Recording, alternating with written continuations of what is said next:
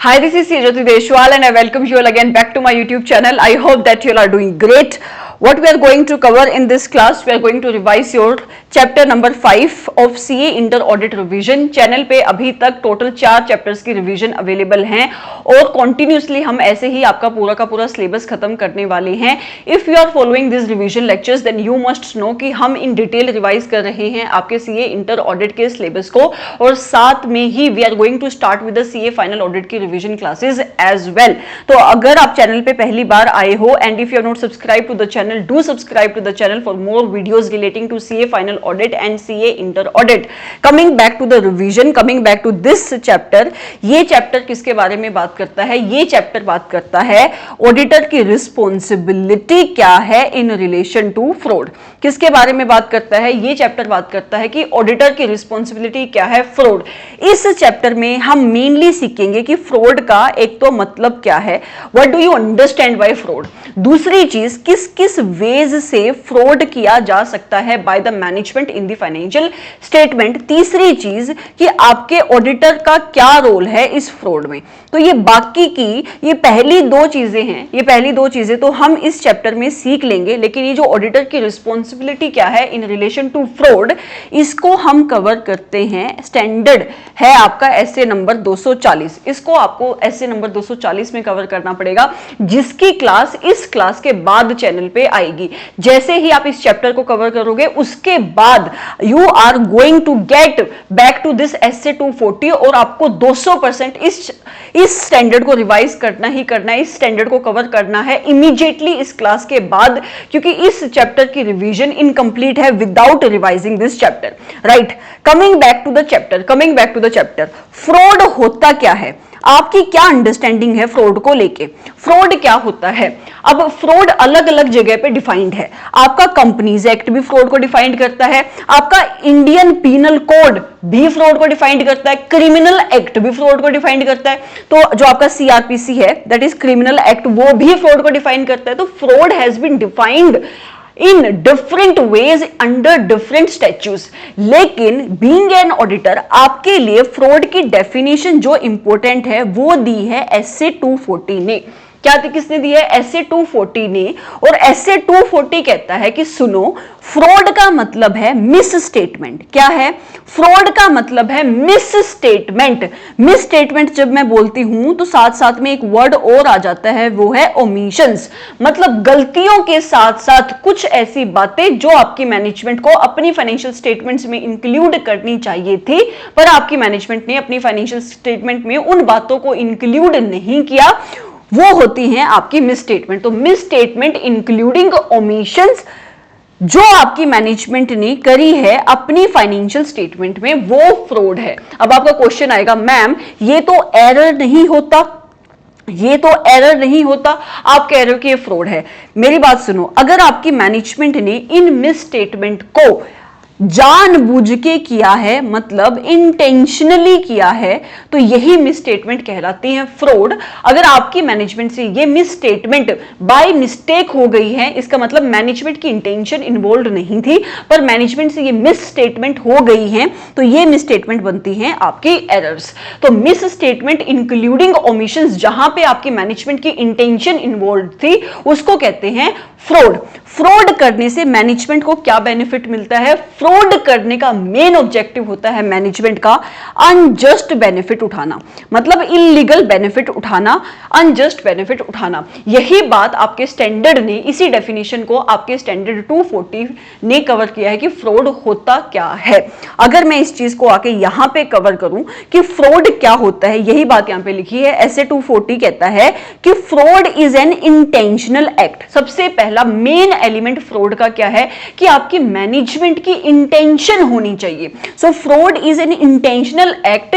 जो किसने किया है? It may be done by one और more individuals among the management. मतलब इन शॉर्ट मैनेजमेंट ने ये एक्ट किया है, या फिर टीसीडब्ल्यूजी ने, या फिर आपके एंटिटीज के एम्प्लॉइज ने, या फिर किसी थर्ड पार्टी ने, जिसका मेन इंटेंशन था डिसीव करना, जिसका मेन इंटेंशन था इज टू ऑब्टेन अनजस्ट और इलीगल एडवांटेजेस। ठीक है, तो this is what fraud is. तो फ्रॉड का मेन एलिमेंट क्या होता है कि फ्रॉड का मेन एलिमेंट होता है कि मैनेजमेंट की इंटेंशन है, मैनेजमेंट की इंटेंशन है। So it is an intentional act of the management, TCWG, employees और एनी अदर पर्सन और any third party with a view to get some unjust और illegal benefit is called fraud। ये definition आपके standard ने दी है इन relation to fraud. अब आता है दूसरा concept, and this concept is very important. पूरे के पूरे चैप्टर में हम सिर्फ इन दो टाइप की मिस स्टेटमेंट की ही बात करेंगे। फ्रॉड कुछ नहीं होता, सिर्फ मिस स्टेटमेंट ही होता है। फ्रॉड क्या होता है? सिर्फ मिस स्टेटमेंट ही होता है, मतलब फ्रॉड भी गलतियां ही होती हैं, लेकिन यहां पे इन गलतियों को मैनेजमेंट जानबूझ के करती है ताकि वो अनजस्ट इलीगल बेनिफिट उठा सके। ठीक है, इस चैप्टर में ऑडिटर कंसर्न्ड होता है दो टाइप की मिसस्टेटमेंट से। नंबर वन, वो मिसस्टेटमेंट जो अराइज होती हैं from the fraudulent financial reporting, मतलब वो मिसस्टेटमेंट जो होती हैं फ्रॉडुलेंट फाइनेंशियल रिपोर्टिंग की वजह से। दूसरा, those misstatement which are resulting from the misappropriation of asset. अब दोनों वर्ड्स को समझो।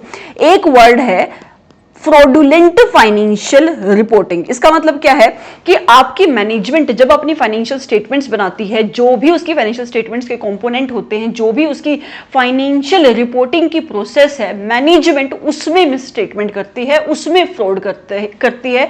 और हमारा ऑडिटर उन मिस स्टेटमेंट से कंसर्न्ड है जो मिस स्टेटमेंट हो रही हैं बिकॉज मैनेजमेंट ने अपनी फाइनेंशियल रिपोर्टिंग को फ्रॉडुलेंट किया है।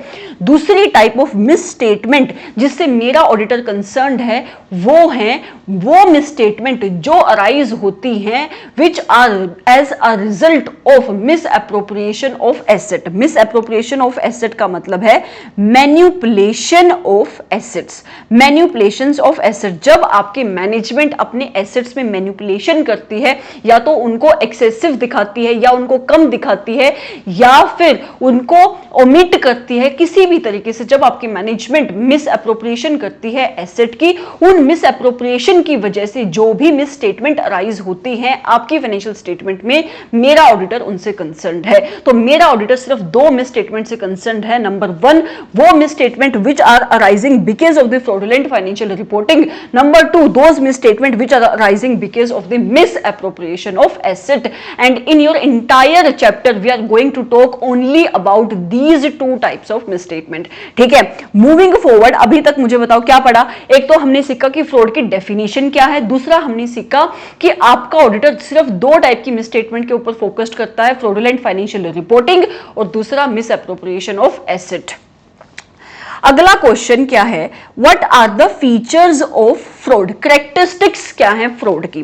अब जो मैंने आपको फ्रॉड की डेफिनेशन, देखो जितनी चीज आपको पहले से आती है मेरे साथ प्लीज उसको बोला करो। मैं खुद एक चीज को कई बार बोलती हूं, इसका मतलब कि आप एक चीज को अगर एक बार सुन चुके हो, दो बार सुन चुके हो, इसका मतलब आपको तीसरी बार वो चीज याद है, तो आप तीसरी बार उस चीज को रिपीट किया करो if you really want this classes to be beneficial to you.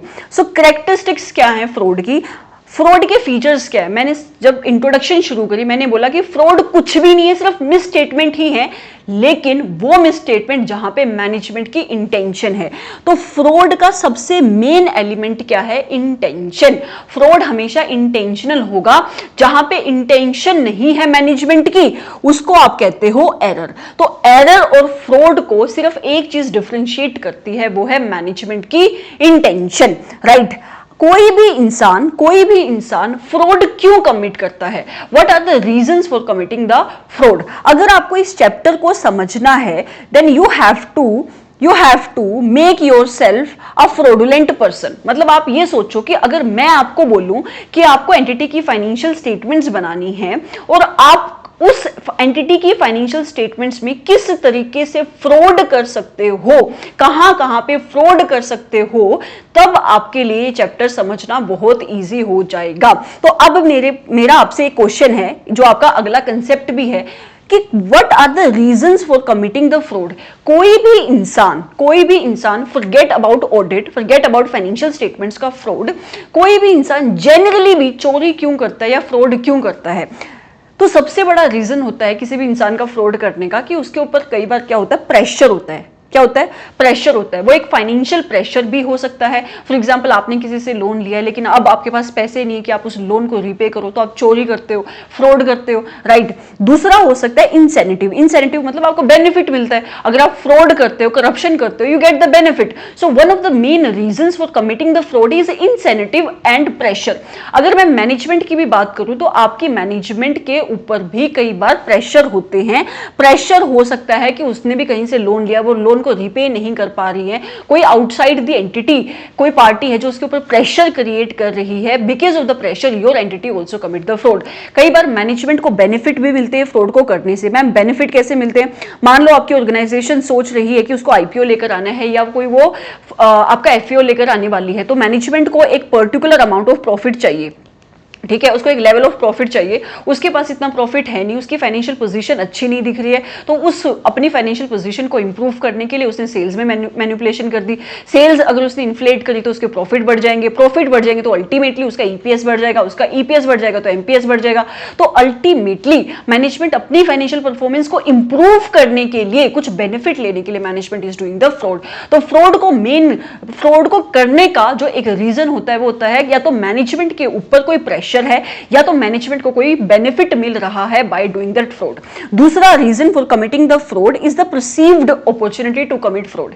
इसका क्या मतलब है? इसका मतलब है कि देखो, इसका मतलब है कि आपके पास मौका है फ्रॉड करने का और आपने फ्रॉड कर दिया। मैम कैसे?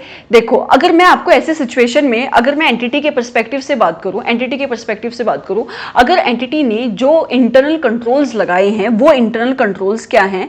वो वीक हैं और आपके एम्प्लॉइज को ऐसा लगता है कि वो इजीली ओवरराइड कर सकते हैं इन इंटरनल कंट्रोल्स को और उनके ऊपर कोई भी एक्शन नहीं लिया जाएगा बाय योर मैनेजमेंट, तो उस केस में भी फ्रॉड इजीली वो कमिट कर सकते हैं। तो दूसरा रीजन क्या होता है कि your employees have a perceived opportunity to commit fraud. तीसरा रीजन, कई लोगों की ना आदत होती है फ्रॉड करना, कई लोगों की आदत ही होती है चोरी करना, उनके एटीट्यूड ही ऐसा होता है कि दे कमिट द फ्रॉड। उनका एटीट्यूड ही ऐसा होता है that they commit the fraud. Mostly आपके जो गवर्नमेंट ऑर्गेनाइजेशंस के एम्प्लॉइज होते हैं वो कभी भी अपने घर पे खाली हाथ वापस आते ही नहीं हैं। कभी उनके हाथ में कॉपी होती है, कभी उनके हाथ में पेन होता है, कभी कुछ होता है। मतलब दे take too much advantage of their organization beyond their professional capacity I'm talking about, right? तो उनका एटीट्यूड ऐसा है, उनकी मेंटेलिटी ऐसी है। तो तीसरा रीजन होता है कि rationalisation is nothing but the attitude of any individual. और कई बार एक ऑनेस्ट आदमी भी फ्रॉड कमिट करता है इन अ वेरी अनएथिकल एनवायरनमेंट। मतलब कैसे? कि अगर उसका सीनियर उसके ऊपर प्रेशर क्रिएट कर रहा है तो वो फ्रॉड कर देगा। यही बात यहाँ पे लिखी है कि इंडिविजुअल में able to rationalise committing a fraudulent act, some individual possesses an attitude or a character or a set of ethical values that allow them knowingly and intentionally to commit fraud और dishonest act. मतलब कुछ लोगों के nature में ही होता है dishonesty, right. तो ये तीन मेन रीजंस होते हैं जिनकी वजह से कोई भी इंडिविजुअल, जिनकी वजह से आपकी एंटिटी भी फ्रॉड करती है। नंबर 1 कौन सा? आपकी एंटिटी को कोई बेनिफिट मिल रहा है, मतलब कोई इंसेंटिव है या फिर उसके ऊपर कोई प्रेशर है। नंबर 2, आपके जो एम्प्लॉइज है ऑर्गेनाइजेशन के, they think that they have this perceived opportunity कि वो इजीली ओवरराइड कर सकते हैं आपके इंटरनल कंट्रोल को। और तीसरा, रैशनलाइजेशन, मतलब किसी इंडिविजुअल का बिहेवियर ही ऐसा है, उसका एटीट्यूड ही ऐसा है कि वो डिसऑनेस्ट है, वो अनएथिकल प्रैक्टिसेस को प्रैक्टिस करता है, राइट। मूविंग फॉरवर्ड, किस किस तरीके से फ्रॉड किया जा सकता है, किस तरीके से फ्रॉड किया जा सकता है? तो हम दो टाइप की मिसस्टेटमेंट की बात करेंगे, दो टाइप के फ्रॉड्स की बात करेंगे। नंबर 1, एक आपकी फ्रॉडुलेंट फाइनेंशियल रिपोर्टिंग की और दूसरा मिसअप्रोप्रिएशन ऑफ एसेट की। तो सबसे पहले आप मुझे बताओ कि किस तरीके से आपकी फाइनेंशियल रिपोर्टिंग को फ्रॉडुलेंट किया जा सकता है। What are the various ways of fraudulent financial reporting? इस चीज को समझना है ना, इस चीज को समझना है। मैंने इस चैप्टर, क्योंकि चैप्टर थोड़ा सा लेंथी है और इस चैप्टर में लर्न करने का जो कंटेंट है वो बहुत ज्यादा कंटेंट है। मतलब इन डेप्थ आपको बहुत सारे पॉइंट्स याद करने हैं अलग अलग सिचुएशन में। तो हो सकता है कि आपको कंफ्यूजन क्रिएट हो जाए। तो व्हाट आई हैव डन, मैं कोशिश करूंगी कि कहीं पे तो हम समझ के याद करेंगे, राइट। कहीं पे हम समझेंगे, कहीं पे मैंने निमोनिक बनाए हैं, कहीं पे मैंने निमोनिक बनवाए हैं, कहीं पे आपको मेहनत करके याद करना पड़ेगा। इस चैप्टर को आप ऐसे ही याद कर सकते हो, ना आप रट्टा मार के याद कर सकते हो, ना आप टोटल अंडरस्टैंडिंग से याद कर सकते हो, because there are too many points in this chapter. तो इस पर्टिकुलर टॉपिक को याद करने के लिए मैं क्या चाहती हूं, पहले तो आप टॉपिक का नाम बोलो। टॉपिक का नाम क्या है? टॉपिक का नाम है what are the various ways of fraudulent financial reporting. अब इसको हिंदी में बोलो, क्वेश्चन क्या है? हिंदी में क्वेश्चन ये है कि फ्रॉडुलेंट फाइनेंशियल रिपोर्टिंग को मैनेजमेंट किस किस तरीके से कर सकती है। दोबारा से मैं बोलूं तो मैनेजमेंट अपनी फाइनेंशियल स्टेटमेंट्स में गलतियां किस किस तरीके से कर सकती है। तो अगर आपको इन 6 पॉइंट्स को याद करना है, तो सबसे पहले आप ये मानो कि आप बना रहे हो उस एंटिटी की फाइनेंशियल स्टेटमेंट्स। तो आप अगर मेकर हो फाइनेंशियल स्टेटमेंट्स के, और मैं कहूं कि आपकी इंटेंशन है फ्रॉड करने की, तो आप कैसे फ्रॉड कर सकते हो? तो सबसे पहले आप मुझे बताओ क्या बनाओगे? आप बनाओगे जर्नल, राइट? आप डालोगे, जब भी आपके पास कोई वाउचर आएगा आप डालोगे जर्नल एंट्री। तो इसका मतलब आप जर्नल एंट्रीज में फ्रॉड कर सकते हो। जर्नल एंट्री में आप कैसे फ्रॉड करोगे? आप कोई भी फिक्टिशियस जर्नल एंट्री रिकॉर्ड कर दोगे। फिक्टिशियस मतलब कि कोई भी झूठी मूठी एंट्री आप शो कर दोगे, एक्सपेंस की, इनकम की, किसी भी रिलेशन में जिस टाइप का भी आपको फ्रॉड करना है। So one of the ways of doing fraudulent financial reporting is recording the fictitious journal entry, की हुई नहीं है बट आपने उसको जर्नल एंट्री को रिकॉर्ड कर दिया, और specially during the near the end of your accounting year. दूसरा, you can inappropriate adjust the assumptions or you can change the adjustment in relation to any account balances। यहां पे आना है इसको समझने के लिए। ये पॉइंट क्या है? मान लो कि आपकी मैनेजमेंट के पास डेटर्स हैं, कितने के? 20,000 रुपए के। 20,000 रुपए के डेटर्स हैं। इसको यहां पे समझो, स्पेस नहीं है।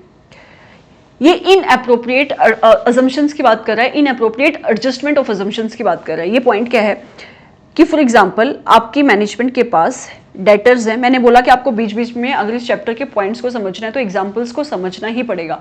Without understanding these examples you won't be able to understand. आप इसकी क्रैमिंग कर सकते हो कि ये क्या लिखा है, लेकिन फिर आप भूल जाओगे क्या लिखा था, because it is not very easy to cram these points. If you want to understand these points, if you want to learn these points, it is very important that you take these examples and you understand these examples. जितना हो सकेगा मैं इस revision class में examples लूंगी, लेकिन मेरे लिए भी पॉसिबल नहीं है कि मैं हर एक पॉइंट को एग्जाम्पल से समझाऊं, नंबर्स के साथ समझाऊं। लेकिन जहां पे मुझे लगता है कि जिस पॉइंट में नंबर्स लेना इंपॉर्टेंट है, विल यूज द नंबर्स। तो ये पॉइंट क्या कहता है कि मान लो कि आपकी एंटिटी के पास 20,000 रुपए के डेटर्स खड़े हैं, ठीक है।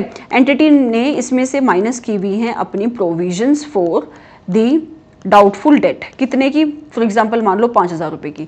तो आपकी एंटिटी के पास नेट डेटर्स कितने बचे हैं? नेट डेटर्स बोलो, अकाउंट रिसीवेबल बोलो, एक ही बात है।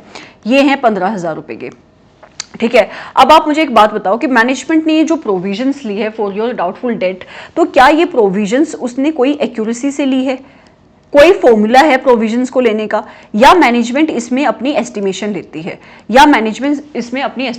इसमें मैनेजमेंट की जजमेंट इन्वॉल्व होती है, मैनेजमेंट की अजम्पशन इन्वॉल्व होती है कि जितने भी मेरे डेटर्स आउटस्टैंडिंग है, मुझे ऐसा लगता है 5,020 मतलब इसका बनता है ये 40% बनता है कि इतने 40% लोग मुझे पैसा नहीं देंगे, राइट। तो मैनेजमेंट की इसमें क्या इन्वॉल्व है? एस्टिमेशन इन्वॉल्व है। तो आप मुझे बताओ कि यहाँ पे जब मैनेजमेंट की एस्टिमेशन इन्वॉल्व है, तो मैनेजमेंट को अगर मैनिपुलेशन करनी है तो वो इस एस्टिमेशन में मैनिपुलेशन कर सकती है, वो इस अजम्पशन को इनएप्रोप्रिएटली ले सकती है, या इस अजम्पशन को चेंज कर सकती है without any base. This is also way of doing the fraud, this is also a way of committing the fraudulent financial reporting. और यही पॉइंट यहाँ पे कवर्ड है कि फ्रॉडुलेंट फाइनेंशियल रिपोर्टिंग में also be done by inappropriately adjusting assumption. Inappropriately आप अपने assumption को एडजस्ट कर रहे हो and changing the judgements which are used to estimate the account balance, right. Moving forward to third point, आपको कोई transaction record करनी है, कोई भी ट्रांजैक्शन रिकॉर्ड करनी थी किसी भी अकाउंटिंग पीरियड में, आपने उस ट्रांजैक्शन को रिकॉर्ड नहीं किया, आप ओमिट कर दिया आपने उस ट्रांजैक्शन की रिकॉर्डिंग, या फिर आपने उस ट्रांजैक्शन को एडवांस में रिकॉर्ड कर दिया, या फिर आपने उस ट्रांजैक्शन की रिकॉर्डिंग को डिले कर दिया। फॉर एग्जाम्पल आपने सेल्स करी लेकिन आपने सेल्स को दिखाया नहीं जिस टाइम पे दिखाना चाहिए था, या फिर आपने क्या किया, उसको एडवांस में दिखा दिया, किसी और मंथ में उसको रिकॉर्ड कर दिया, या फिर उसकी रिकॉग्निशन आपने डिले कर दी किसी और मंथ में। This is also a type of fraudulent financial reporting.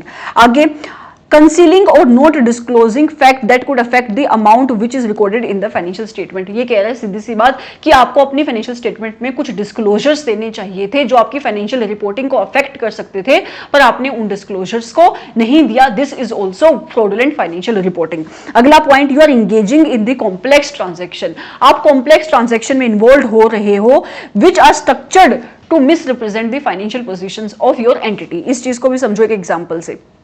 कैसे कॉम्प्लेक्स ट्रांजैक्शन? मान लो कि आप कौन हो, आप हो ए लिमिटेड, आप कौन हो ए लिमिटेड।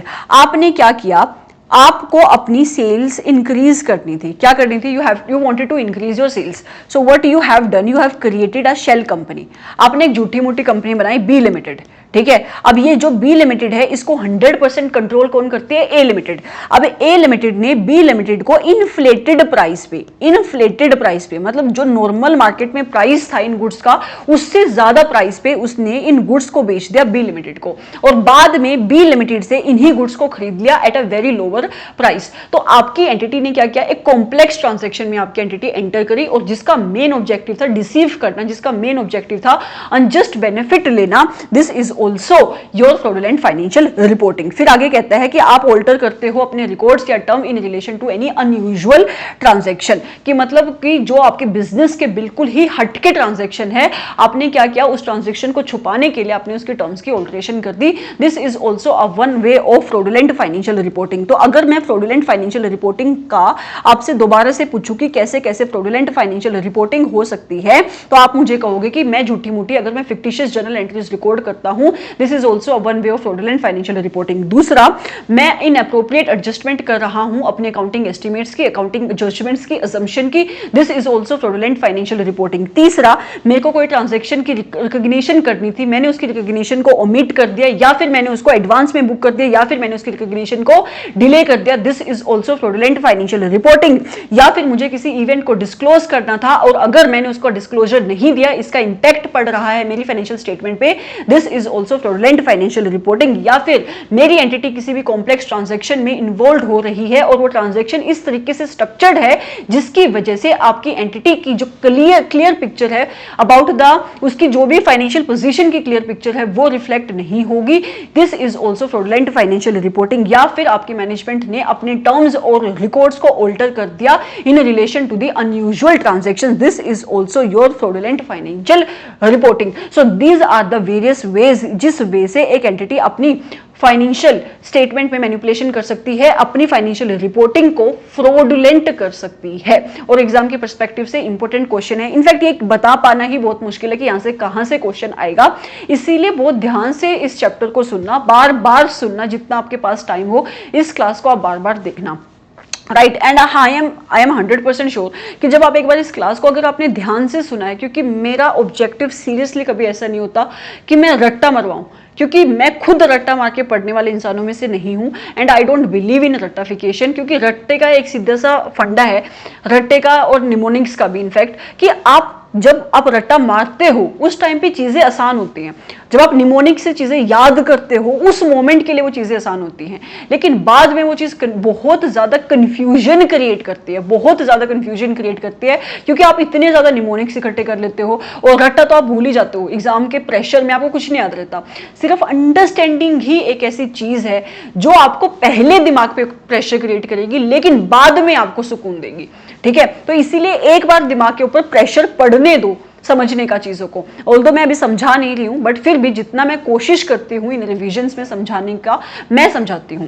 ओके, फिर आता है what are the various way of manipulations of account. हाँ, मैनिपुलेट करना अपने अकाउंट्स को। अब मैंने आपको बोला था ऊपर कि एंटिटी एक फिक्टिशियस जर्नल एंट्रीज डाल रही है, फिक्टिशियस जर्नल एंट्री डालना, राइट, या फिर अपनी सेल्स को रिकॉर्ड ना करना, किसी ट्रांजैक्शन की रिकॉग्निशन को डिले करना, उसको रिकॉर्ड ना करना, this is also a way of manipulations of account. तो किस किस तरीके से एंटिटी अपनी मैनिपुलेशंस ऑफ अकाउंट्स कर सकती है, इस चीज को हम कैसे याद करेंगे, इस चीज को हम कैसे याद करेंगे। आप मुझे बताओ, आप अकाउंट्स में क्या रिकॉर्ड करते हो? तो मैम हम अपने अकाउंट्स में रिकॉर्ड करते हैं purchases, expenses, sales, income, asset, liability, और मेरे और क्या हो गया, कैपिटल एक्सपेंडिचर और रेवेन्यू एक्सपेंडिचर। ये रिकॉर्ड करते हो, यही रिकॉर्ड करते हो ना। एक बार फिर से बोलो, आप क्या रिकॉर्ड करते हो अपनी बुक्स ऑफ अकाउंट में? Ma'am purchases, expenses, sales, income, capital expenditure, revenue expenditure, assets and liabilities. यही आपके पॉइंट्स हैं, यही आपके तरीका है for doing the manipulation in accounts. आपकी मैनेजमेंट जब इन चीजों में मैनिपुलेशन करती है उसी को कहते हैं मैनिपुलेशन ऑफ अकाउंट्स, और यही आपके 5 पॉइंट्स हैं। मैनेजमेंट जब अपनी परचेजेस या एक्सपेंसेस को या तो इन्फ्लेट कर देगी, मतलब बढ़ा देगी, या तो घटा देगी, सरप्रेस करने की कोशिश करेगी, this is also a one way of doing the manipulation of account. दूसरा, इन्फ्लेटिंग और सरप्रेसिंग द सेल्स और items of income, another way of manipulation of account. तीसरा, बढ़ाना या घटाना, किसको? एसेट को। कौन से एसेट को? अपनी इन्वेंटरी को।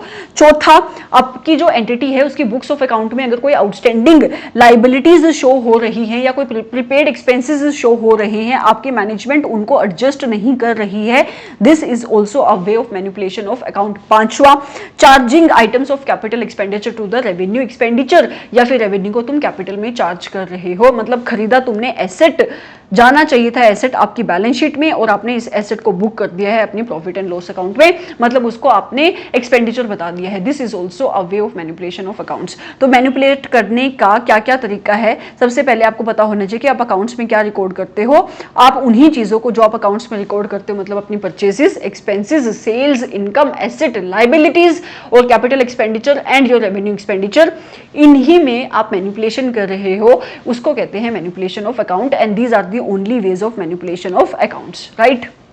मूविंग फॉरवर्ड, ये क्वेश्चन ये है, मैम ये मैनेजमेंट जो ऊपर मैनिपुलेशन कर रही थी, मैनेजमेंट को क्या मिलता है? मैनेजमेंट को अपने अकाउंट्स को मैनिपुलेट करके क्या मिलता है? क्योंकि हो सकता है कि अगर मान लो उसने मैनिपुलेशन करी है और वो पकड़ी जाए लेटर ऑन, तो उसकी इमेज भी खराब होगी, उसके ऊपर एक ह्यूज हो सकता है पेनल्टी भी लगे। तो मैनेजमेंट को अल्टीमेटली बेनिफिट क्या मिलता है in by doing the manipulation of accounts?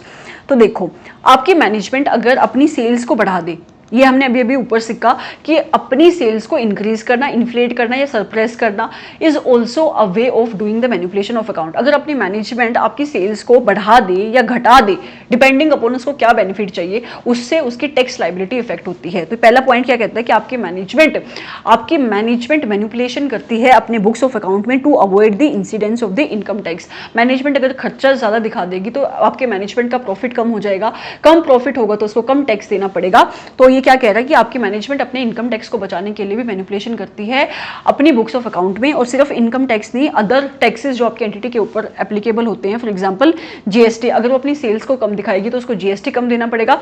सो इस वजह से भी आपकी मैनेजमेंट अपनी बुक्स ऑफ अकाउंट में मैनिपुलेशन करती है। दूसरा पॉइंट, आपकी एंटिटी को इनसफिशिएंट प्रॉफिट हुए हैं, मान लो कि आपकी एंटिटी को लॉसेस हुए हैं या फिर इनसफिशिएंट प्रॉफिट है, लेकिन फिर भी आपकी एंटिटी क्या बांटना चाहती है, फिर भी आपकी एंटिटी सेक्शन 123 में हम ये बात करते हैं डिविडेंड को डिस्ट्रीब्यूट करना चाहती है, तो उस केस में भी आपकी मैनेजमेंट मैनिपुलेशन कर सकती है।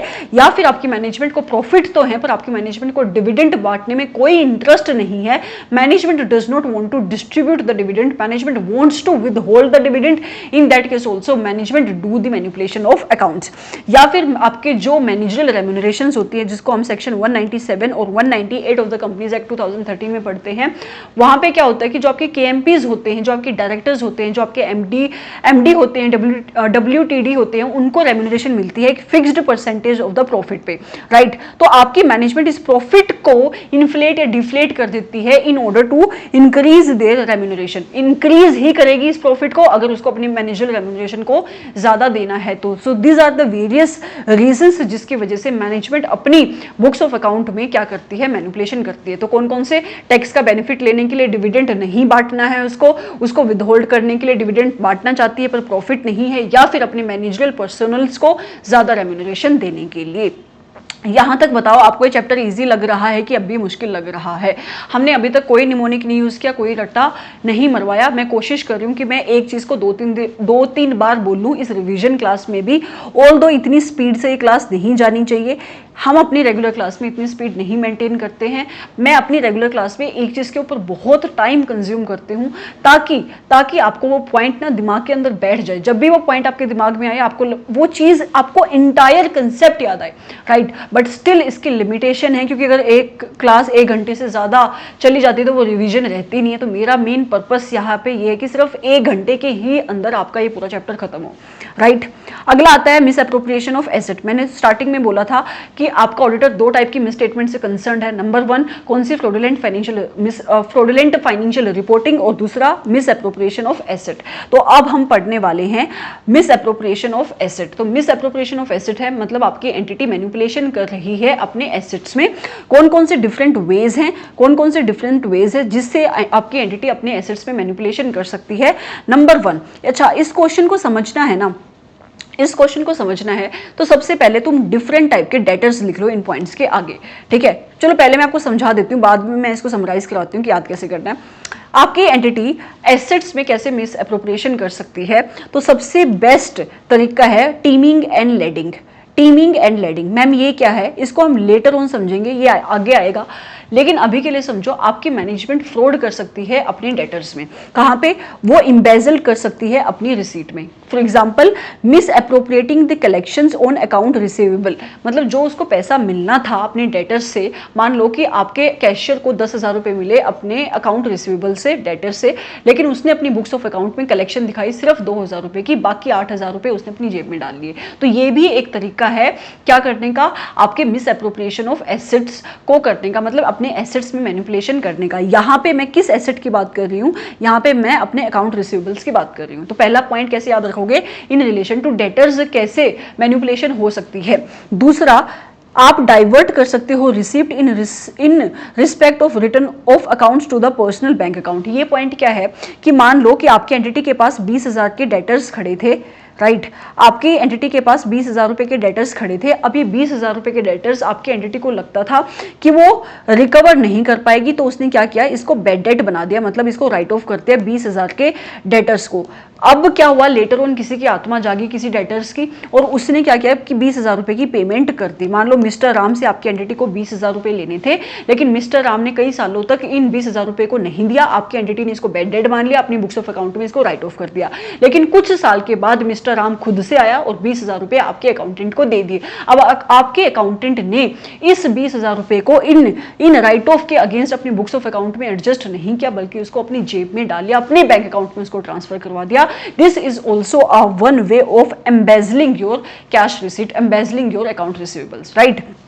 सेकेंड तरीका क्या होता है, स्टीलिंग द फिजिकल एसेट और इंटेलेक्चुअल प्रॉपर्टी। आप अपनी एंटिटी से एसेट्स चोरी करके लेके जाते हो। मैंने अभी आपको जब पहले भी मैंने एग्जांपल दिया कि कुछ लोग घर पे खाली हाथ जाते ही नहीं है, पेंसिल पेन कुछ ना कुछ तो उनको आदत होती है उठा के लेके जाने की। या फिर आप इंटेलेक्चुअल प्रॉपर्टी, आप कोई आइडिया, कोई सोल्यूशन अपनी एंटिटी का किसी और अपने कंपेटिटर को बेच देते हो। सो this is also a one way of misappropriation of asset. तीसरा पॉइंट कहता है कि causing an entity to pay for the goods and services जो आपकी एंटिटी को मिले ही नहीं। मैम ऐसे कैसे, मान लो कि आपके अकाउंटेंट ने, परचेज डिपार्टमेंट के हेड ने एक एंट्री डाल दी है कि मैंने इतने के रॉ मटेरियल खरीदे हैं या ये गुड्स खरीदे हैं, बट एक्चुअल में फिजिकली वो गुड्स कभी आए ही नहीं, और उसने कैशियर से पेमेंट भी करवा दी। उसने उस झूठा वाउचर बनवा के उसने कैशियर से पेमेंट भी करवा दी, बट एक्चुअल में आपकी एंटिटी में वो गुड्स आए ही नहीं। या फिर आपकी एंटिटी बोल रही है कि मेरे पास इतने नंबर ऑफ वर्कर्स हैं, उनको डमी वर्कर्स शो कर रही है, बट एक्चुअल में आपकी एंटिटी के पास ऐसे कोई वर्कर्स है ही नहीं। मतलब आपकी एंटिटी कुछ ऐसे गुड्स या सर्विसेज के लिए पैसे पे कर रही है जो उसको मिली ही नहीं। या फिर कई बार क्या होता है कि आपका वेंडर आपके बाइंग एजेंट को किक बैक पे करता है। इसको मैं समझा देती हूँ ये क्या है। कई बार आपकी एंटिटी, फॉर एग्जांपल आपकी एंटिटी क्या है, ए लिमिटेड है, right.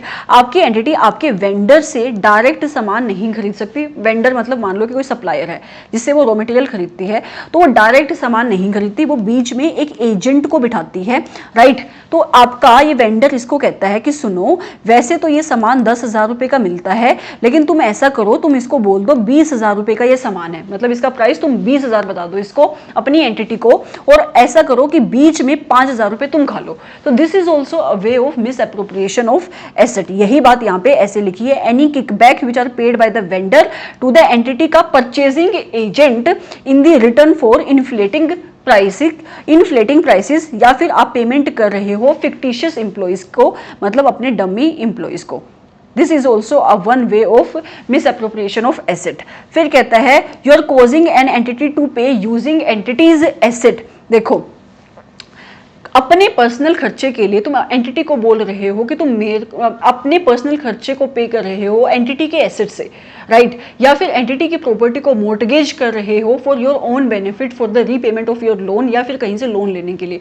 This is also a one way of misappropriation of asset. तो मिस अप्रोप्रिएशन ऑफ एसेट किस किस तरीके से हो सकता है? सबसे पहले आप कहाँ पे मिस अप्रोप्रिएशन कर रहे हो? पहले पॉइंट में आप अपने डेटर्स में मिस अप्रोप्रिएशन कर रहे हो। तो डेटर्स में कैसे मिस अप्रोप्रिएशन हुई कि उनसे जो कलेक्शन आई आपने कलेक्शन दिखाई ही नहीं, या फिर कुछ ऐसे डेटर्स जो बैड डेट हो चुके थे उसके अगेंस्ट आपने कोई पैसा मिला, लेकिन आपके अकाउंटेंट ने उस पैसे को अपने बुक्स ऑफ अकाउंट में नहीं दिखाया, बल्कि आपके अकाउंटेंट ने उसको अपने पर्सनल बैंक अकाउंट में ट्रांसफर कर दिया।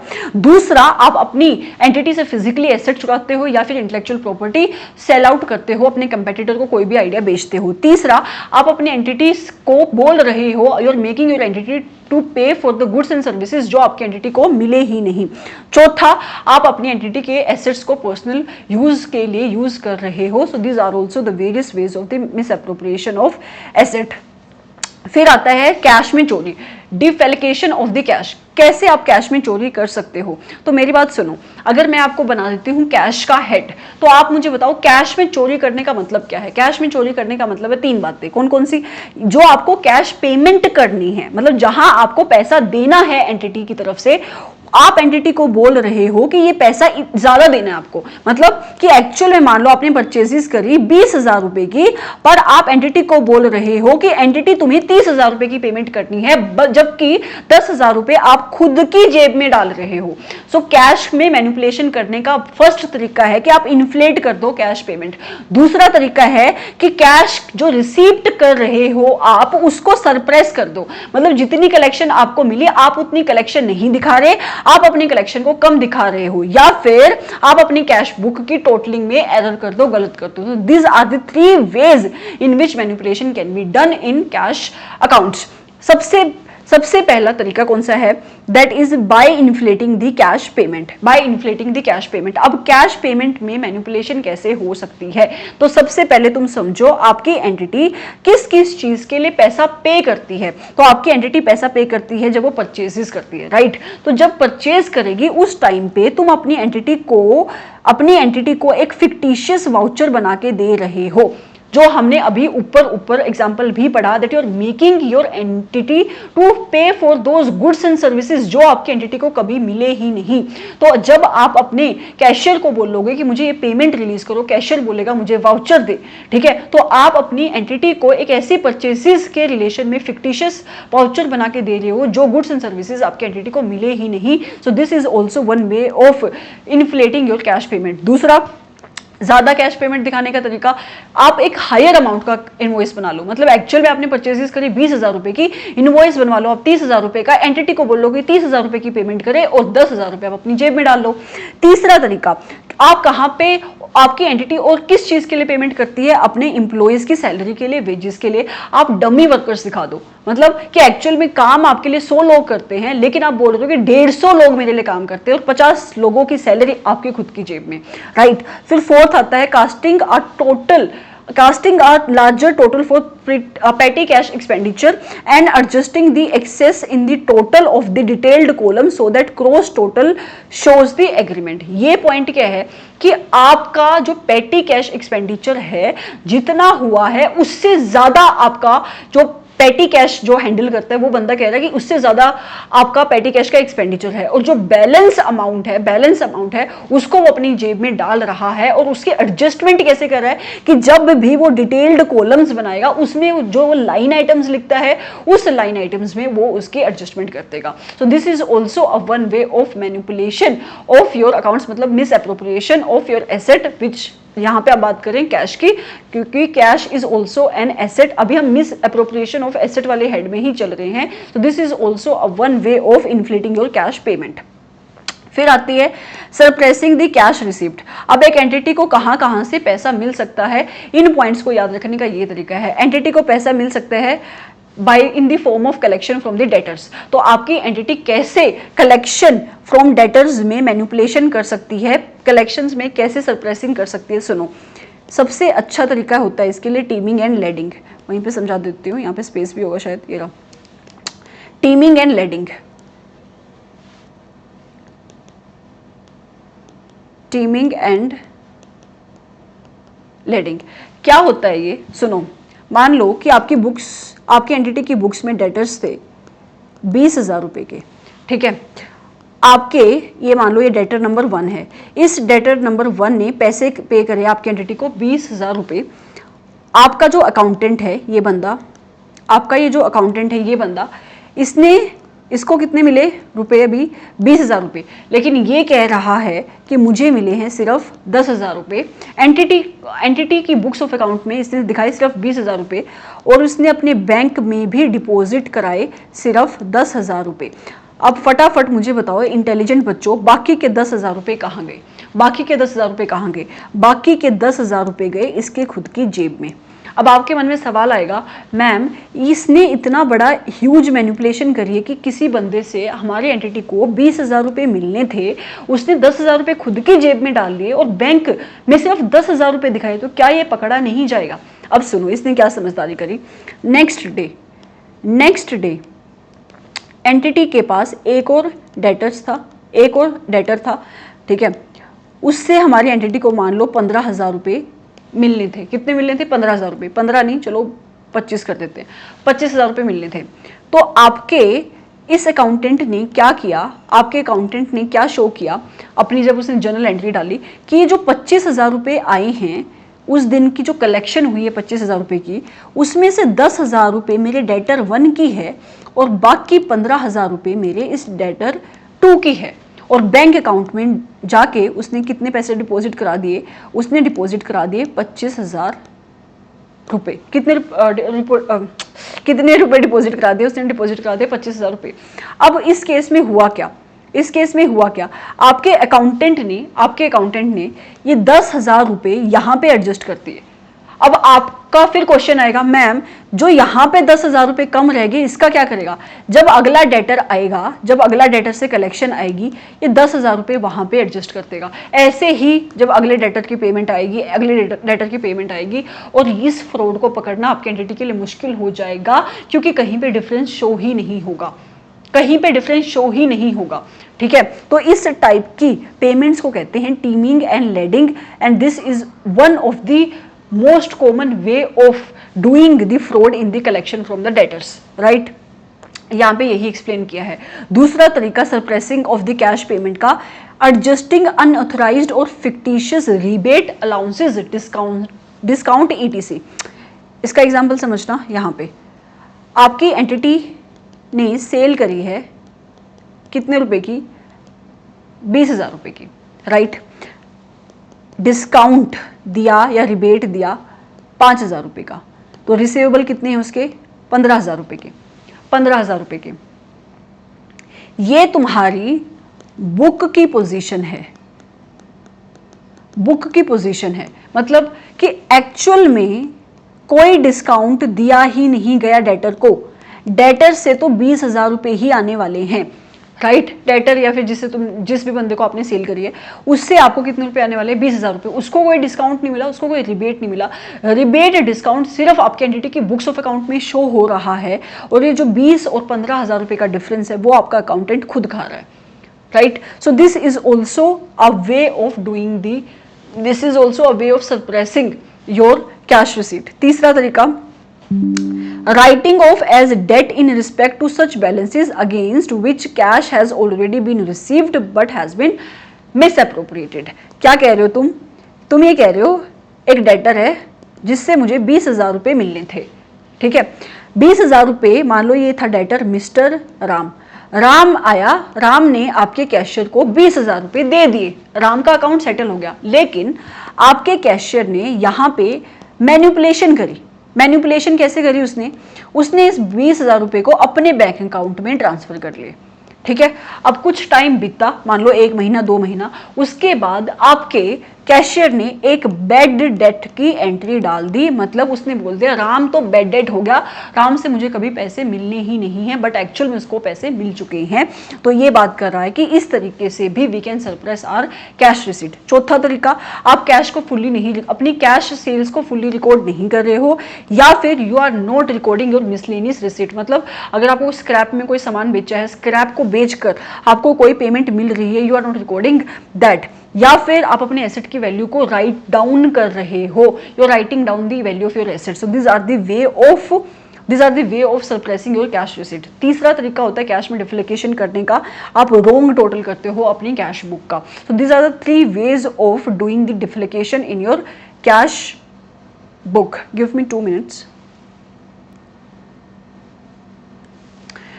Next concept is fraud risk factor, कि कौन कौन से ऐसे फैक्टर्स हैं जो, या फैक्टर्स इन द सेंस कि कौन कौन से ऐसे सर्कमस्टांसेस हैं जो that may be indicative of your fraud in your financial statement, right. इसको समझने के लिए आपको ये 3 चीजें, ये 3 पॉइंट्स याद होंगे। सबसे पहले मैंने आपको क्या बोला था कि आपका ऑडिटर उन मिस स्टेटमेंट से कंसर्न है जो होती है एक तो फ्रॉडुलेंट फाइनेंशियल रिपोर्टिंग से, दूसरा वो कंसर्न है उन मिस स्टेटमेंट से जो होती है in the misappropriation of asset. उसके आगे ये 3 पॉइंट हमने पढ़े थे कि जिनकी वजह से कोई भी बंदा फ्रॉड करता है। ये 3 ऐसे रीजंस थे जिनकी वजह से कोई भी बंदा फ्रॉड करता है। तो इन फ्रॉड रिस्क फैक्टर्स में हम इन्हीं 3 पॉइंट्स के एग्जांपल्स को समझने वाले हैं, याद करने वाले हैं। अब यहाँ पे मैंने बनाई है निमोनिक, क्योंकि आप ये देख लो कि 3 × 3 कितना हुआ 9।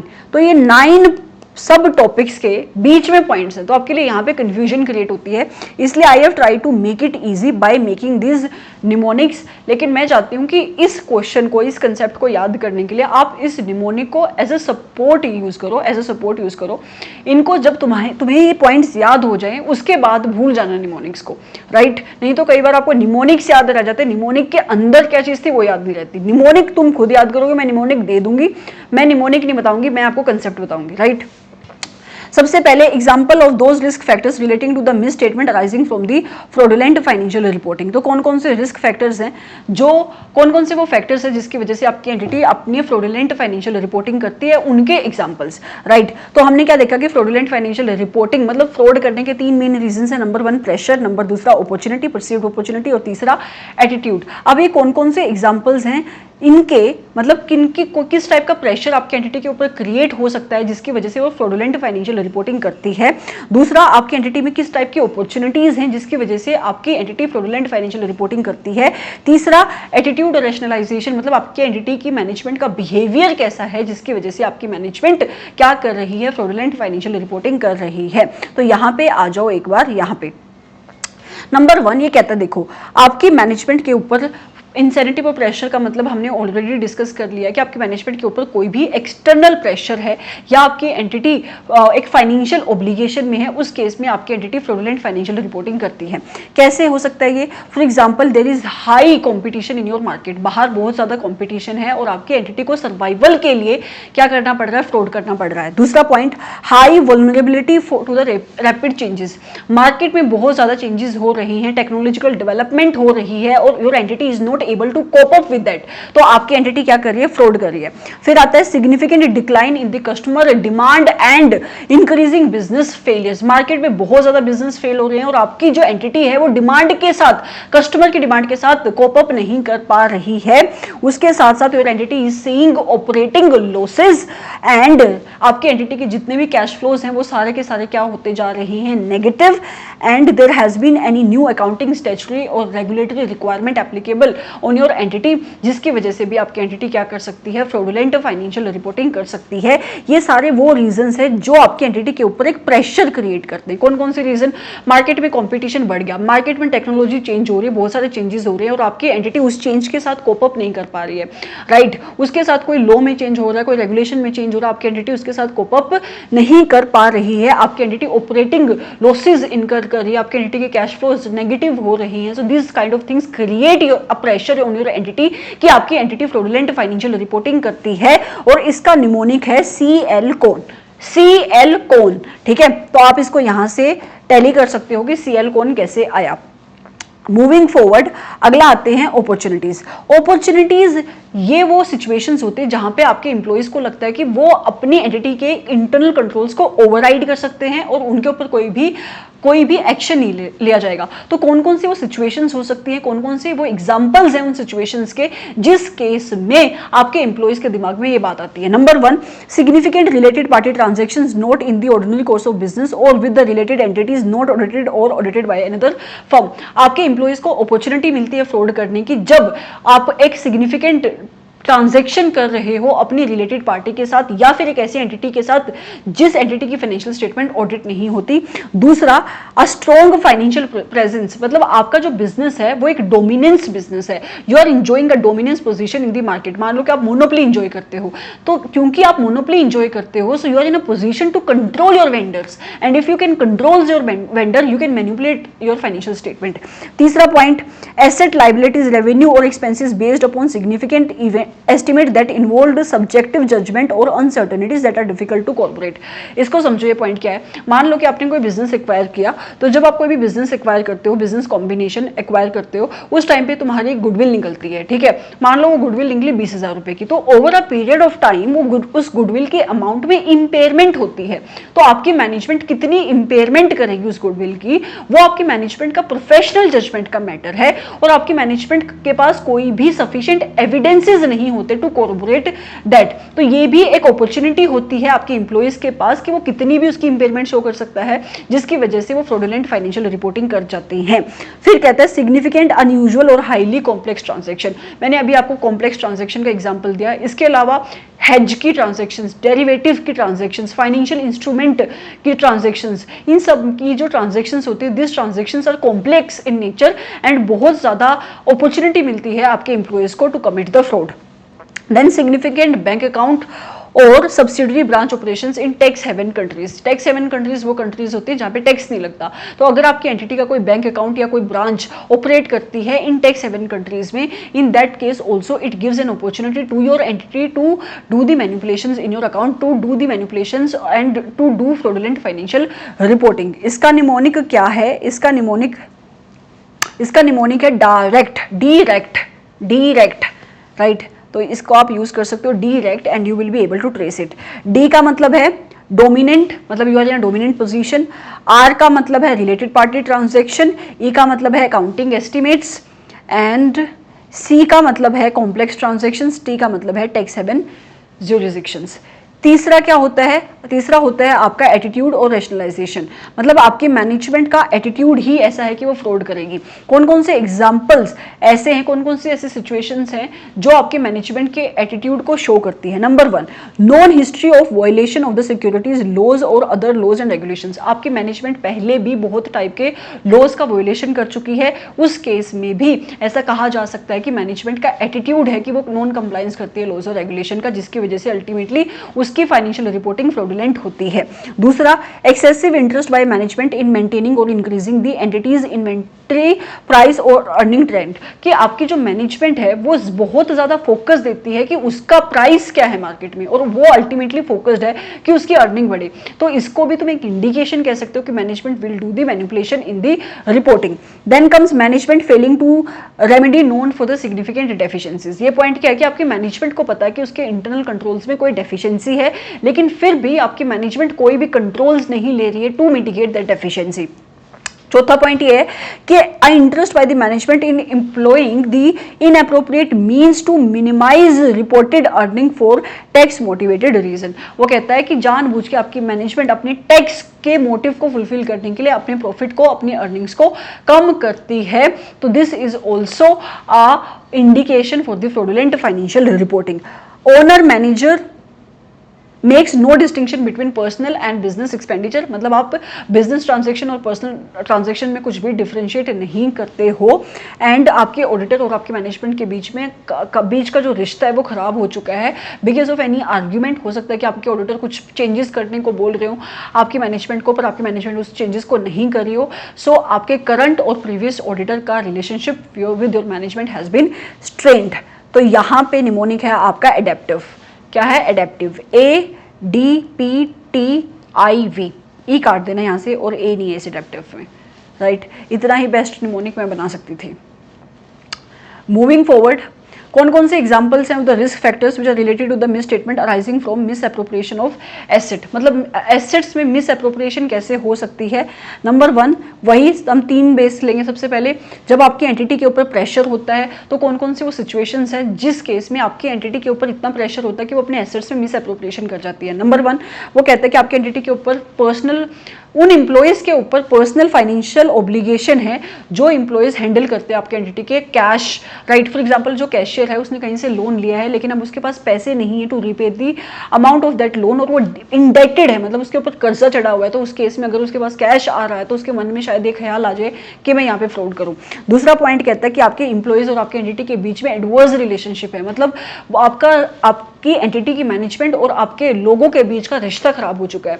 बहुत सारे रीजंस हो सकते हैं एडवर्स रिलेशनशिप के। नंबर 1, आपके एम्प्लॉयज को पता है कि फ्यूचर में मेरी ये जो मैनेजमेंट है मुझे निकालने वाली है, so there is anticipated lay off, जिसकी वजह से there has been some kind of adverse relationship between your employees and your management. दूसरा कहता है रीसेंट और anticipated changes to employees compensation और बेनिफिट प्लान, मतलब आपकी मैनेजमेंट ने अभी रिसेंटली क्या किया, अपने एम्प्लॉयज की सैलरी कम करी है, उसके बेनिफिट प्लान्स को कम किया है, या फिर एक्सपेक्टेड है कि वो फ्यूचर में कम कर देगी, जिसकी वजह से भी आपका जो एम्प्लॉयज होते हैं उनको उनके मन में खुन्नस आ जाती है अपनी मैनेजमेंट को लेके।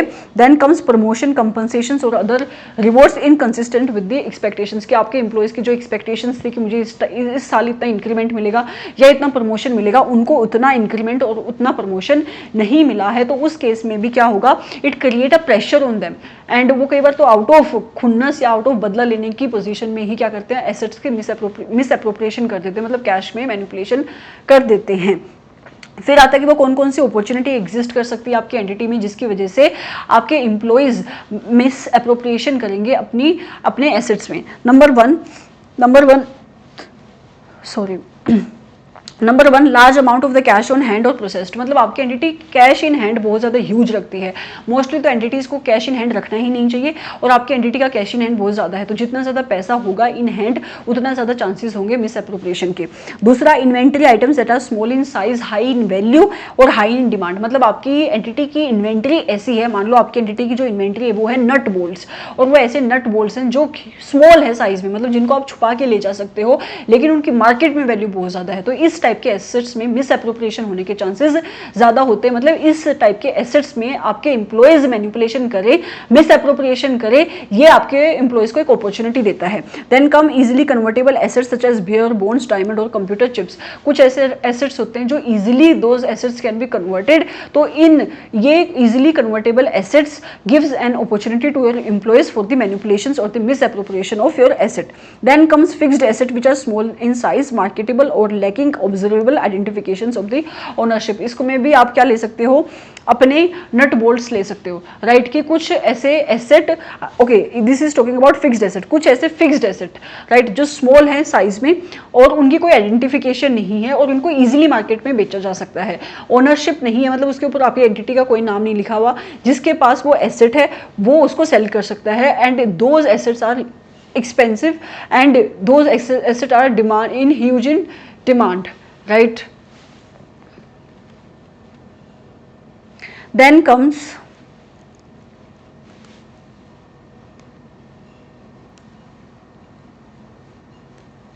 मक्खी आ गई थी यहाँ पे and I was getting distracted by that. Okay, अगला कंसेप्ट क्या है कि कौन कौन सी ऐसे, गई नहीं है यार, 2 मिनट रुको। ओके, तो अगला क्वेश्चन है कि कौन कौन से ऐसे रीजंस है जिसकी वजह से मिस अप्रोप्रिएशन ऑफ एसेट हो सकता है। तो यहाँ पे डायरेक्ट क्वेश्चन आपसे पूछा जा सकता है कि कौन कौन से ऐसे रीजंस है जिसकी वजह से मिस अप्रोप्रिएशन ऑफ एसेट हो सकता है। मैं स्पीड थोड़ी सी तेज करती हूँ क्योंकि टाइम बहुत ज़्यादा हो गया इस क्लास को, राइट। तो इसका निमोनिक हमने बनाया है रैपिड लोड्स, ये आपके इस क्वेश्चन का ही सब पार्ट है और उसके सब पॉइंट्स हैं कि अगर एंटिटी के इंटरनल कंट्रोल्स वीक होंगे तो भी ये एक अपॉर्चुनिटी देता है आपके एंटिटी के एम्प्लॉयज़ को कि वो मिस अप्रोप्रिएशन करे एसेट के। तो ये वो सिचुएशन है जिस केस में इंटरनल कंट्रोल वीक है, ऐसा कहा जा सकता है, राइट। और इन वजह से आपके एंटिटी में मिस अप्रोप्रिएशन ऑफ एसेट होने के चांसेस बढ़ जाते हैं। नंबर 1 कौन सा है, इनएडुकेट सेग्रीगेशन ऑफ ड्यूटीज और इंडिपेंडेंट चेक, आपके एंटिटी में सेग्रीगेशन ऑफ ड्यूटीज नहीं है, मतलब एक बंदा एक से ज़्यादा काम परफॉर्म करता है। दूसरा, inadequate oversight by the senior management in relation to the expenditure, मतलब मान लो कि कोई बंदा खर्चा करके आया, उसने बोला कि मैंने बिजनेस के लिए 20,000 रुपये का खर्चा किया और आके वो मैनेजमेंट को कह रहा है कि मुझे 25,000 रुपये रिइंबर्समेंट दे दो, और मैनेजमेंट कोई क्रॉस चेक नहीं करती है, वो 25,000 रुपये रिइंबर्समेंट दे देती है। तो ये पॉइंट क्या कह रहे हैं, inadequate oversight by your senior management in relation to the reimbursement of the expenditures. तीसरा, inadequate record keeping with respect to the asset, आपकी मैनेजमेंट अच्छे से एसेट्स का रिकॉर्ड नहीं रखती है, मतलब रजिस्टर मेंटेन करना, उनकी प्रॉपर फिजिकल वेरिफिकेशन करना, उनके रिकॉर्ड्स को मेंटेन करना, आपके मैनेजमेंट के पास कोई भी ऐसा सिस्टम नहीं है। Inadequate system of authorisations and approval of transactions, कोई भी ट्रांजैक्शन होने से पहले प्रॉपर ऑथराइजेशंस होनी चाहिए, प्रॉपर अप्रूवल्स होनी चाहिए, लेकिन आपकी मैनेजमेंट के पास कोई भी authorisations of transactions and approval of transactions का प्रॉपर सिस्टम नहीं है। Then inadequate physical safeguard over cash, investment, inventory और फिक्स्ड एसेट, कि आपकी मैनेजमेंट जहाँ पे अपने कैश को रखती है, अपने इन्वेस्टमेंट के डॉक्यूमेंट्स को रखती है, उसके ऊपर कोई भी फिजिकल सिक्योरिटी नहीं है। Lack of complete and timely reconciliation of asset, आपकी मैनेजमेंट कोई रिकंसिलिएशन नहीं करती एसेट्स की, उसको नहीं पता ओपनिंग कितना था, परचेजिंग कितने उसने परचेज करे, कितने उसने सेल करे, कितना उसका क्लोजिंग है। So there is no reconciliation happening for the assets by your entity. Then comes lack of timely and appropriate documentations of the transactions, for example credit for the merchandise return, वो कहता है कि मान लो कि आपने कहीं पे किसी को गुड सेल किया, जब वो गुड सेल किया उस टाइम पे उसने अपनी मर्चेंडाइज क्या दिखाई होगी, सेल दिखाई होगी। लेटर ऑन जब वो सेल रिटर्न होके आ गई और आपकी मैनेजमेंट को सेल रिटर्न के रिगार्ड में जब उसको रीपेमेंट करनी पड़ेगी, अपने कस्टमर को क्रेडिट देना पड़ेगा, तो उसकी कोई भी डॉक्यूमेंटेशन नहीं है, right. Lack of mandatory vacations for the employees, ये एक बेस्ट तरीका होता है for the best internal control की इंप्लीमेंटेशन, कि आप अपने इंप्लॉइज को वंस इन अ वाइल छुट्टी पे भेजो ताकि उनके पीछे उनके किए हुए काम की चेकिंग हो सके, लेकिन आपकी मैनेजमेंट के पास ऐसा कोई भी सिस्टम अवेलेबल नहीं है। Inadequate management understanding of the information technology, आपकी मैनेजमेंट को आईटी की कोई भी नॉलेज नहीं है, आपकी मैनेजमेंट आईटी की नॉलेज नहीं है और आईटी सिस्टम्स में कोई भी चेंजेस कर देता है बिना ऑथराइजेशंस के, बिना अप्रूवल्स के। So these are the situations जिसकी वजह से मिस अप्रोप्रिएशंस इन एसेट हो सकती हैं, और ये सारे के सारे इन शॉर्ट क्या हैं, कुछ नहीं, ये इनएडुकेट इंटरनल कंट्रोल्स के एग्जाम्पल्स हैं। और इनएडुकेट इंटरनल कंट्रोल्स भी आपकी मैनेजमेंट को एक अपॉर्चुनिटी देते हैं, आपके एम्प्लॉयज़ को एक अपॉर्चुनिटी देते हैं कि वो मिस अप्रोप्रिएशन करे एसेट्स में। और इसका निमोनिक है आपका rapid lots, RAPIDLOTS, rapid lots. Again moving to the third point which is rationalisation. Rationalisation फिर से वही कि मैनेजमेंट का एटीट्यूड कई बार ऐसा होता है जिसकी वजह से मिस एप्रोप्रिएशन होती है एसेट्स में।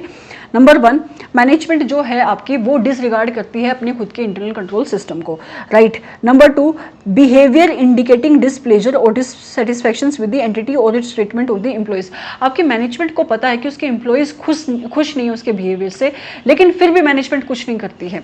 तीसरा पॉइंट कहता है चेंजेस इन द बिहेवियर और लाइफस्टाइल दैट में इंडिकेट एसेट्स हैव बीन मिसअप्रोप्रिएटेड। ये पॉइंट कहता है कि आपकी मैनेजमेंट को दिखाई दे रहा है कि जो उसके एम्प्लॉइज हैं उनका लाइफस्टाइल अपग्रेड होता जा रहा है, अपग्रेड इन द सेंस कि जितना उनकी सैलरी है उनके बियॉन्ड उनका एक्सपेंडिचर होता है, फिर भी आपकी मैनेजमेंट कोई एक्शन नहीं लेती, कोई इन्वेस्टिगेशन नहीं कराती कि हो सकता है कि वो आपके एंटिटी से पैसे निकाल रहे हो। फिर टॉलरेंस फॉर द पेटी थेफ्ट, कि आपकी मैनेजमेंट को कोई फर्क ही नहीं पड़ता 10,000 रुपये जा रहे हैं, 5,000 रुपये जा रहे हैं या कोई भी 500 रुपये हर रोज जा रहे हैं, तो your management is very tolerant about पेटी थेफ्ट। तो ये सारी चीज़ें अल्टीमेटली इनकम्युलेटिव होके किसको इफेक्ट करती है, आपके एसेट्स को इफेक्ट करती है, and it leads to the misappropriation of asset. अगला क्वेश्चन है आपका, what are the situation that may create the possibility of fraud, मतलब किस वजह से फ्रॉड हो सकता है, किन सिचुएशंस की वजह से फ्रॉड हो सकता है, कौन कौन से ऐसे सिचुएशंस हैं that create the possibility of fraud. तो नंबर 1 है आपकी discrepancies in accounting record. Number 1 is your discrepancies in accounting record. Accounting record में डिस्क्रिपेंसीज कैसे हो सकती है? Number 1, transactions that are not recorded in the complete और टाइमली मैनर, मतलब अगर आप अपनी ट्रांजैक्शन को, चाहे वो इनकम की है, एक्सपेंडिचर की, एसेट की, लाइबिलिटीज़ की है, उसको आप अप्रोप्रिएट मैनर में रिकॉर्ड नहीं कर रहे हो। दूसरा, आप ट्रांजैक्शंस को रिकॉर्ड कर रहे हो उन ट्रांजैक्शंस को जिसकी कोई भी प्रॉपर ऑथराइजेशंस नहीं है। तीसरा, आप लास्ट मिनट एडजस्टमेंट करते हो, मतलब बिल्कुल near the end of the financial year आप एडजस्टमेंट कर रहे हो जो आपकी फाइनेंशियल स्टेटमेंट को अफेक्ट करती है। चौथा, evidence of employees access to the systems and record inconsistent with necessity to perform their duties। मतलब कुछ ऐसे एम्प्लॉयज जिनका कोई काम नहीं है उन सिस्टम के आसपास, जिनकी ड्यूटीज नहीं है, वो भी आपके आईटी के सिस्टम्स को एक्सेस कर पा रहे हैं without any approvals, without any authorisation. इसकी वजह से भी डिस्क्रिपेंसीज हो सकती हैं अकाउंटिंग रिकॉर्ड्स में। टिप्स और complaints to the auditor about the alleged fraud. मतलब अगर आपके ऑडिटर को कोई भी टिप मिलती है, कोई भी एनोमनस बंदा आके आपके ऑडिटर को कोई भी टिप देता है कि हो सकता है कि आपकी एंटिटी के किसी भी एम्प्लॉय ने फ्रॉड किया हो, so these are some of the discrepancies जो आपके ऑडिटर को अकाउंटिंग रिकॉर्ड्स में मिलती है, which may be indicative that may indicate that there is a possibility of fraud. इसको याद करने का निमोनिक है कैट ईट। क्या है? Cat eat. Cat eat, where C stand for completeness and in timely manner, A stand for authorization, E stand for evidences, T stand for last minute adjustment, and A stands for again alleged tips। AT stands for alleged tips। okay?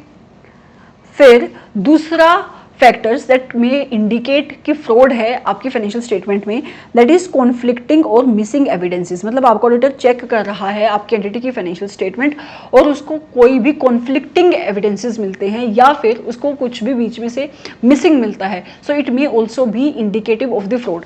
इस question को याद करने के लिए what I have done, मैंने कुछ points को document में डाल दिया है, ठीक है, और कुछ पॉइंट को मैंने एसेट्स में डाल दिया है। कुछ पॉइंट्स को मैंने डॉक्यूमेंट्स में डाल दिया और कुछ पॉइंट्स को मैंने एसेट्स में डाल दिया है। तो अगर मान लो बीइंग एन ऑडिटर आप किसी भी एंटिटी के डॉक्यूमेंट्स को चेक कर रहे हो और अगर आपको वो डॉक्यूमेंट मिलते हैं मिसिंग, ऑल्टर्ड, या फिर आपको डिफरेंस मिलता है बिटवीन द डॉक्यूमेंट में जो अमाउंट लिखा है और जो आपने एक्सटर्नल कंफर्मेशन मंगवाई है अपने डेटर से, तो इसका मतलब ये एक इंडिकेशन है कि आपकी फाइनेंशियल स्टेटमेंट्स में फ्रॉड है। मैंने क्या बोला? आपको डॉक्यूमेंट मिलते हैं missing, document has been altered, या फिर आपको क्या मिलती है? डिस्क्रिपेंसीज मिलती है एंटिटी के रिकॉर्ड्स, मतलब एंटिटी के डॉक्यूमेंट्स और कंफर्मेशन में। तो आप ये सोच सकते हो कि यहाँ पे कुछ मैनिपुलेशन हुई है, कुछ फ्रॉड हो सकता है। बाकी के पॉइंट को मैंने डाला है एसेट्स में, मतलब कि मान लो कि एसेट मिसिंग है। क्या है? मिसिंग इन्वेंटरी या कोई भी फिजिकल एसेट क्या है? मिसिंग है। दूसरा, आपका एसेट मतलब आपके अकाउंट रिसीवेबल में आपके एंटिटी ने एडजस्टमेंट करी, जो पॉइंट हमने पहले भी कवर किया था। तीसरा, there is unexplained reconciliation. Unexplained reconciliation का मतलब कि फॉर एग्जांपल आपकी कैश बुक में बैलेंस शो हो रहा है 12,000 रुपये का, लेकिन आपकी बैंक की पासबुक में बैलेंस है 13,000 रुपये का, तो 1,000 रुपये की एक्सप्लेनेशन मैनेजमेंट नहीं दे पा रही है, राइट। फिर या फिर कोई भी मिसिंग चेक बुक्स है, तो all these are the indication कि हो सकता है कि फ्रॉड एग्जिस्ट करे, राइट। तो आप भी ऐसे ही करोगे। 3 पॉइंट्स को आपको डॉक्यूमेंट में डालना है कि डॉक्यूमेंट मिसिंग है, डॉक्यूमेंट ऑल्टर्ड है, या फिर there is difference between document मतलब रिकॉर्ड्स एंड एक्सटर्नल कंफर्मेशन। उसके बाद आपको एसेट के पॉइंट डालने हैं। एसेट में आपकी इन्वेंट्री मिसिंग है या कोई सिग्निफिकेंट अमाउंट का एक ऐसा एसेट जिसका एक सिग्निफिकेंट इम्पैक्ट है वो मिसिंग है, और आपकी मैनेजमेंट के पास कुछ अनएक्सप्लेन्ड रिकंसिलिएशंस हैं, इनअप्रोप्रिएट एडजस्टमेंट है अकाउंट रिसीवेबल्स में, एंड आपके मिसिंग चेक्स हैं, राइट। मूविंग फॉरवर्ड, और ये क्लास आई थिंक बहुत लंबी हो चुकी है। कितना रहता है ये?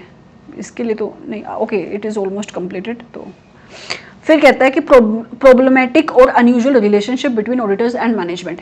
हाँ, यहाँ से क्वेश्चन पूछा जा सकता है, बहुत इजी है, इसके लिए कोई निमोनिक नहीं है, कोई तरीका नहीं है, ये आपको याद ही करना पड़ेगा। सीधी सी बात है। देखो इसको कैसे याद करना। आपकी मैनेजमेंट कहती है, आपका ऑडिटर कहता है आपकी मैनेजमेंट को मुझे डॉक्यूमेंट दो, मैनेजमेंट कहती है मैं नहीं दूंगी। पहला reason, management is not willing to give the documents. आपका ऑडिटर कहता है मुझे आपके उस एम्प्लॉय से बात करनी है, आपकी मैनेजमेंट कहती है मैं नहीं करने दूंगी, राइट। तो आपकी मैनेजमेंट बिल्कुल ही अनसपोर्टिव है, तो there is a conflict between your auditor and management. तो this may also be indicative of fraud. हो सकता है कि आपकी मैनेजमेंट को पता है कि आपका ऑडिटर अगर अपने एम्प्लॉय से बातचीत करेगा तो उसको पता लग जाएगा कि कहाँ पे डिस्क्रिपेंसी है, कहाँ पे मिस स्टेटमेंट है, कहाँ पे फ्रॉड है। तो ये वही पॉइंट लिखे। कौन कौन से? Number 1, denial of access to the records. कि आपकी मैनेजमेंट मना करती है आपके ऑडिटर को कि तुम मेरे रिकॉर्ड्स को एक्सेस मत करो। Facilities certain employees, customer, vendor और other from whom audit evidence might be sought. मतलब आपकी जो मैनेजमेंट है वो एम्प्लॉयज़ को किसी के साथ कनेक्शन नहीं बनाने देना चाह रही, मतलब किसी के साथ कम्युनिकेशन नहीं करने दे रही है, जिससे आपका ऑडिटर एविडेंसेस कलेक्ट करना चाहता है। दूसरा, undue time pressure imposed by the management to resolve complex और कंटेशियस इश्यूज। आपकी मैनेजमेंट प्रेशर क्रिएट करिए आपके ऑडिटर के ऊपर कि मुझे इस इशू को जल्दी जल्दी खत्म करके दो। तीसरा, unusual delays by the entity in providing the information. आपका ऑडिटर इंफॉर्मेशन मांगता है और आपकी मैनेजमेंट उसको इंफॉर्मेशन देने से या तो मना कर देती है या तो जानबूझ के अनड्यू डिले करती है। Unwillingness to facilitate auditor to access the key electronic files for testing throughout the use of computer assisted audit technique. वो कहता है आपका ऑडिटर कार्ट लगाना चाहता है, कार्ट is a computer audited assisted technique, लेकिन आपकी जो मैनेजमेंट है वो उसको एक्सेस नहीं दे रही है to the key electronic files. Denial of the access to the key operation staff, मतलब वो अपने आईटी के लोगों से आपको बात नहीं करने दे रही है। अनविलिंगनेस टू ऐड और revise disclosures in the financial statement. आपका ऑडिटर कहता है कि देखो मैनेजमेंट, मुझे ऐसा लगता है कि आपके फाइनेंशियल स्टेटमेंट में आपने जो डिस्क्लोजर्स दिए हैं वो डिस्क्लोजर्स सफिशिएंट नहीं है, आपको डिस्क्लोजर्स और देने चाहिए, पर मैनेजमेंट उन डिस्क्लोजर्स को देने से मना कर रही है। Unwillingness to address identified deficiencies in the internal controls on timely basis. आपकी मैनेजमेंट आपके ऑडिटर को इंटरनल कंट्रोल्स में कुछ डेफिशिएंसीज मिली हैं और आपकी मैनेजमेंट उनको करेक्ट नहीं कर रही है। तो अगर मेरे को इन शॉर्ट इसको समराइज करना हो तो कैसे समराइज करेंगे? नंबर 1, आपकी मैनेजमेंट जो इन्फॉर्मेशन आपका ऑडिटर मांग रहा है वो नहीं दे रही है। दूसरा, आपका ऑडिटर किसी से कम्युनिकेट करना चाहता है, चाहे वो इंटरनल टू द ऑर्गेनाइजेशन कोई बंदा हो सकता है या एक्सटर्नल टू द ऑर्गेनाइजेशन कोई बंदा हो सकता है, आपकी मैनेजमेंट उसके साथ कम्युनिकेशन नहीं करने दे रही है। तीसरा, आपकी मैनेजमेंट जानबूझ के डिले कर रही है इन्फॉर्मेशन प्रोवाइड करने में। आपकी मैनेजमेंट आपके ऑडिटर को इलेक्ट्रॉनिक डाटा से एक्सेस नहीं करने दे रही है, आईटी के लोगों से एक्सेस नहीं करने दे रही है। So all these are the situations that may be indicative कि there may be a fraud in the financial statement. Then comes और भी रीजंस हो सकते हैं, कौन कौन से? Unwillingness by management to permit the auditor to meet privately with TCWG. आपकी मैनेजमेंट, आपका ऑडिटर कुछ बात करना चाहता है आपकी टीसीडब्ल्यूजी से और आपकी मैनेजमेंट उसको एक्सेस नहीं दे रही है, राइट? फिर कहता है accounting policies that appear to be variance with the industry norms. Generally सारे के सारे लोग, बाकी जो इंडस्ट्री में जो एंटिटीज हैं वो एसएलएम लगाती हैं, बट आप डब्ल्यूडीबी लगा रहे हो, मतलब कि हो सकता है कि दिस में also be indicative of fraud, कि you are using an accounting policy which is completely different from what is used by other entities in the industry.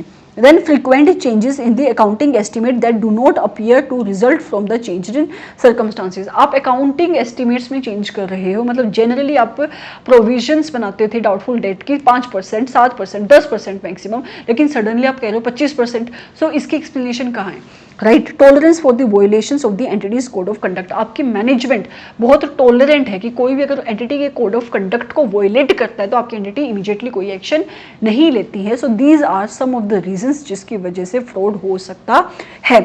These are some of the indicative reasons, indicative कि आपकी entity की financial statements में fraud हो। फिर आती है fraud की reporting, जो हम आपके कंपनीज एक्ट में कवर करेंगे, section 143 subsection 12 of the companies act 2013, right. उसके अलावा कारो वाला पॉइंट होगा, इसमें एक कारो में कवर होगा। And this was your chapter, okay. एक बार खुद से इस चैप्टर को if you will do this chapter on your own, then you will be able to cover this chapter properly. एक बार मैंने बोला और आपने सुना, स्पेशली अगर आप खुद से सेल्फ स्टडी कर रहे हो and if you are referring this classes for the self study, तो it is not going to be easy for you, especially this chapter, क्योंकि इस चैप्टर में बहुत सारे पॉइंट्स हैं लर्न करने के लिए। और मैं कोशिश करती हूँ कि मैं बहुत ज़्यादा रिवीजन कराऊँ। मुझे नहीं लगता कि कोई टीचर रिवीजन इतनी इन डेप्थ कराता होगा कि वो बैठ के एक एक लाइन भी पढ़ रहा है। वैसे मोस्टली मैं नहीं पढ़ती, बट मैंने इस चैप्टर में पढ़ी है क्योंकि मैं चाहती थी कि कुछ ऐसे पॉइंट्स हैं, अगर मैं ऊपर से उसको बोल दूँ बिना एग्जाम्पल्स के, तो वो आपको समझ में नहीं आएंगे। आई होप कि आपको ये क्लास अच्छी लगी होगी, and if you have liked this class, do like this class, do share this class with your friends as well, and thank you so much for coming to the channel. Thank you, have a nice day, bye.